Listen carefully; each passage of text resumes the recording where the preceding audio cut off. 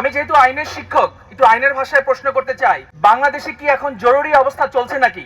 জরুরি অবস্থা যদি জারি করা হয় রাষ্ট্রে, তাহলে মৌলিক মানবাধিকার যেগুলো আছে সেগুলো খর্বিত হয়, সেগুলো তখন আর কার্যকর থাকে না।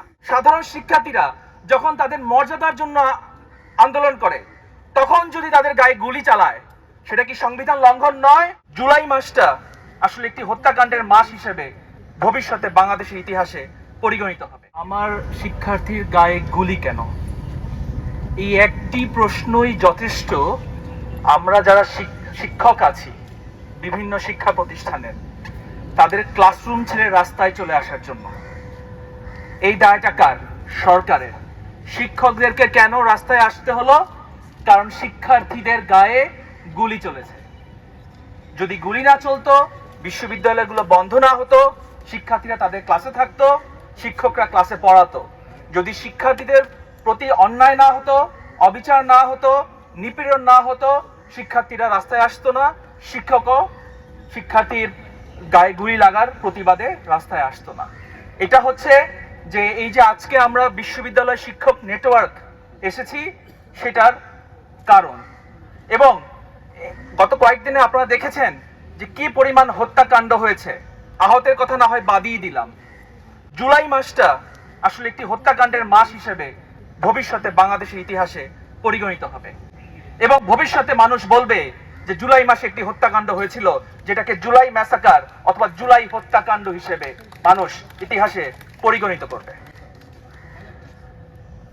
এরপরে আরেকটি বিষয় বলতে চাই, আমরা দেখতে পাচ্ছি যে বিভিন্ন জায়গায় সংঘর্ষ নাকি হচ্ছে, সরকারি ভাষ্য, এবং সেটা দমন করার জন্য নাকি আইন শৃঙ্খলা রক্ষাকারী বাহিনী তো শুধু না, আর্মিকে পর্যন্ত রাস্তায় নামানো হয়েছে, কারফিউ ইম্পোজ করা হয়েছে। আমি যেহেতু আইনের শিক্ষক, একটু আইনের ভাষায় প্রশ্ন করতে চাই, বাংলাদেশে কি এখন জরুরি অবস্থা চলছে নাকি? যদি জরুরি অবস্থা না চলে তাহলে কি চলছে? কেন এই প্রশ্নটা করা হলো? জরুরি অবস্থা যদি জারি করা হয় রাষ্ট্রে, তাহলে মৌলিক মানবাধিকার যেগুলো আছে সেগুলো খর্বিত হয়, সেগুলো তখন আর কার্যকর থাকে না। তাহলে আসুন, এখন আমাদের কি পরিস্থিতি? আমাদের শিক্ষার্থীরা কি রাস্তায় তাদের প্রতি যে অন্যায়, অবিচার, নিপীড়ন হচ্ছে সেটার প্রতিবাদ করতে পারছে, নাকি প্রতিবাদ করতে গেলেই তাদের প্রতি নির্যাতন, নিপীড়ন, গুলি ইত্যাদি করা হচ্ছে? এর উত্তর সারা দেশবাসী জানে। এর জন্য প্রশ্ন যে বাংলাদেশ কি আসলে একটি জরুরি অবস্থার মধ্যে আছে কিনা? যদি জরুরি শব্দটা ব্যবহার করতে না চান, তাহলে স্বাভাবিক জরুরি অবস্থার মধ্যে আছে কিনা, এটাও একটি গুরুতর প্রশ্ন। এটা শুধুমাত্র জনগণের প্রশ্ন না, এটা একটি সাংবিধানিক প্রশ্ন।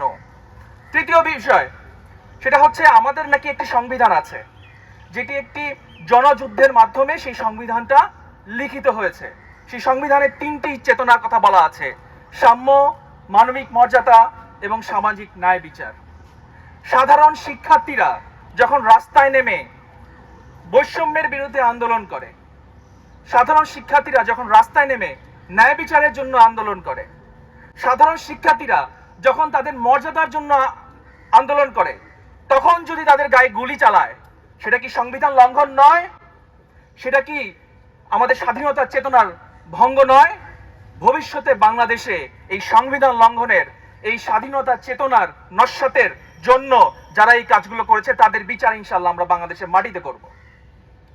সর্বোপরি আমরা বলতে চাই যে আপনারা শিক্ষার্থীদের দাবি মেনে নিন। শুধু দাবি মেনে না নেওয়ার মতো এটা সীমাবদ্ধ নেই। যে অন্যায় হয়েছে, যে অবিচার হয়েছে, যেই সংবিধানের লঙ্ঘন হয়েছে, যেই মানবাধিকারের লঙ্ঘন হয়েছে, সেগুলোর বিচার করতে হবে।